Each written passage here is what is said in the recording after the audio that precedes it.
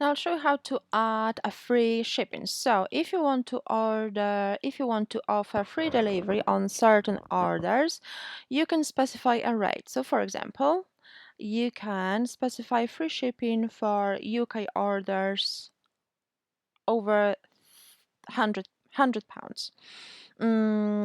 So simply put free shipping name,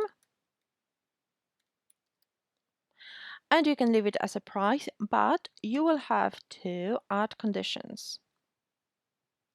So free shipping based on order price. So minimum order price is £100, no maximum, and then click done.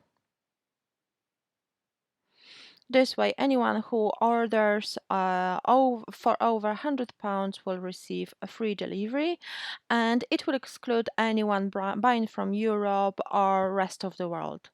When done, simply click Save.